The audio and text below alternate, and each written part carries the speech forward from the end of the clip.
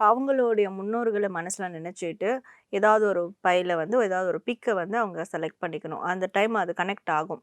So select பண்ணிக்கிட்டாங்கன்னா, ஒரு ஒரு பிக்குக்குமான ஒரு ஒரு பைலுக்குமான முன்னோர்கள் சொல்லக்கூடிய மெசேஜ் வந்து நம்ம ஒன் பை ஒன்னாவே பார்த்து தெரிஞ்சுக்கலாம். மேம் இப்ப 3வது பிக்சர சூஸ் பண்ணியிருந்தாங்க அப்படின்னு சொல்லி சொன்னா, அவங்களுடைய முன்னோர்கள் அவங்களுக்கு சொல்கின்ற செய்தி என்ன மேம்? ஸோ 3வது பைல் இவங்களுக்கான கார்ட்.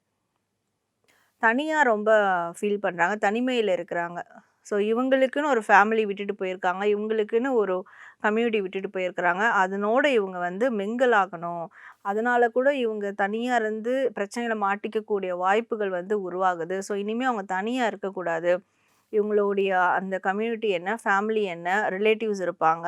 ஸோ இவங்களோட அவங்க சேர்ந்து பயணிக்கணும். அந்த வாழ்க்கை ஃபுல்லா அந்த ஒரு துணையாவது இவங்களுக்கு வந்து இருக்கணும். அப்படி இருந்தா மட்டும் தான் ஆ இவங்க அதே மாதிரியான ஒரு நல்ல கம்யூனிட்டிய உருவாக்க முடியும். ஸோ தனியாவே வாழ்ந்துட்டாங்கன்னா, இவங்களுக்கு அப்புறம் எதுவும் எந்த விஷயமும் வந்து கனெக்ட்டா இருக்காது அப்படின்றது